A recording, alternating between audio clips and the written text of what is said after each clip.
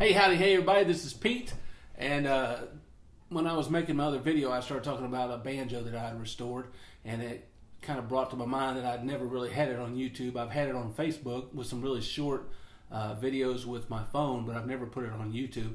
And it's one of the little ukuleles that I'm most proud of that I've fixed up. I've done a bunch of little ukuleles for kids.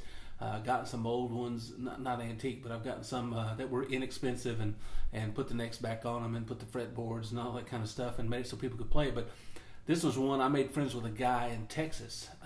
He owns Mr. Roy, if you're out there, howdy buddy. Made friends with a gentleman in Texas. It's ukuleleworld.com. And I got this from him, this banjo. I guess he had it laying around, and he kind of threw in all the pieces for me to fix it up. And really, all that ended up being was the clamps that hold the head on and the tuners. But I spent a lot of time on this thing. I didn't put a new finish on it. I cleaned it up and I polished it, and I liked it the way it was. It was really pretty just the way it was. But everything was there, and I messed it up a couple times. It's all part of learning.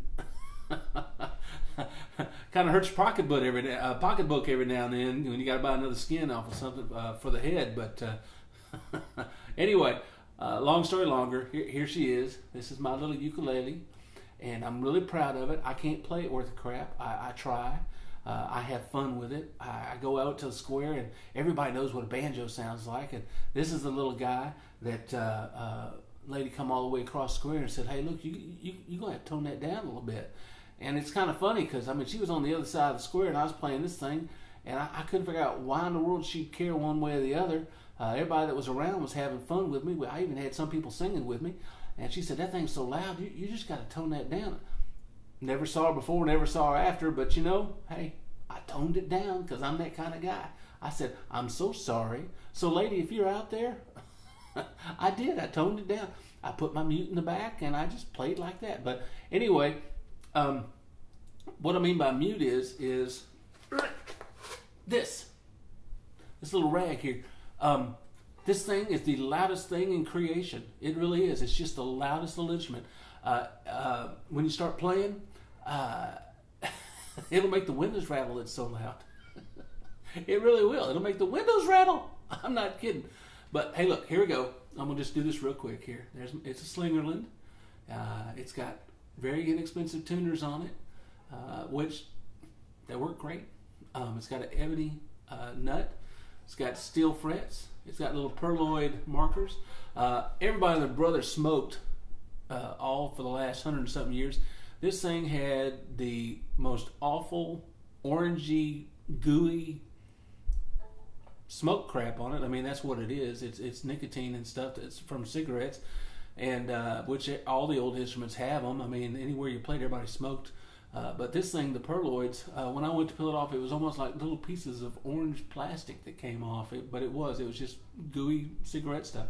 But I got all that off, and I hand polished all the steel and all the metal. And these are the parts that's new. These are the parts that are original. And I'm sorry, these are the parts that are new, and this is the part that's original, and this is original. And I have a picture, if I can find it, of the original head that was on here. It was a masterpiece. They used to really draw some fancy stuff on here, which is one of the reasons why I drew my Mickey on here, my Steamboat Willie. The thing that was on here was fantastic, which gave me the idea to do it. Sorry. Anyway. I'm trying not to sound so much like a hick tonight. But let me tell you a couple things real quick. If you're going to do something like this, these are a lot of fun to do. First thing you need to know is it ain't hard. You got to take the strings off, but it ain't hard. If you will take your picture and draw your picture and then put it in from the backside. See my hand back in here? Can you see that? I'm trying to hold it in a way you can see it. See it moving around back there? You can see through this. So what you do is you make your template in reverse, and you put it in here, and then you put it up against the light, and see Mickey in there? And you put it up against the light, and you trace him out, and see there? And you trace whatever you want out, your logo, whatever you want to put on there. On the back side, I got, P loves D. I love my wife. But it's so that when the light shines through it, I think you can see it, but when the light shines through, you can see it really good on the front side. I wrote it in reverse. What this is, I'm sorry, I am leading to a point. The point is it's not that hard to draw on. And you can put anything on these things. You don't really want to put too much paint on there because it makes it so thick that it doesn't resonate very well. Thin coat of anything ain't gonna hurt it though. Originally I used a marker, and that marker was purple. I mean, you would think a magic marker would be black as as it can be, but it's not. Once you get on something like this, it's a purple color. Now I'm colorblind. I don't see green, black, blue, anything. But I knew that it wasn't a solid black, and I had somebody tell me that it was a purple. Well, what you need to do if you want to do this, it's called an archival pen. When you go to a hobby store or something like that, it's basically you want a pen that has India ink black, acid free. That's what you want. I didn't know all that. I found all that out through research, and so when I went back, I had to go over this. This is actually the original drawing that I did, but I just went back over it with India ink black. I think it looks pretty cute. I really do. But I'm pretty proud of it.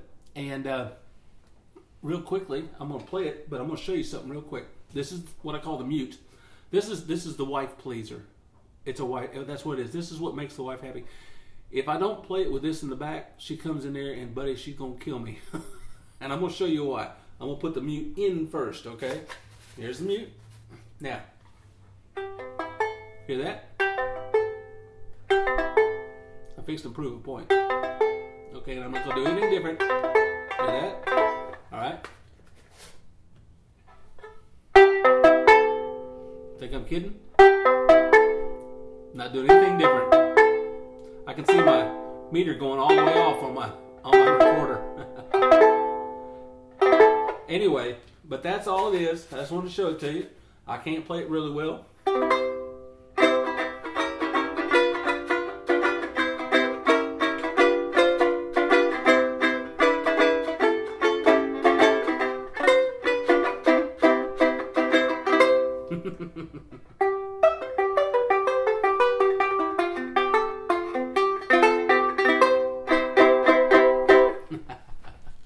Anyway, I just wanted you to see this. Hope y'all having a wonderful day. Talk to you later.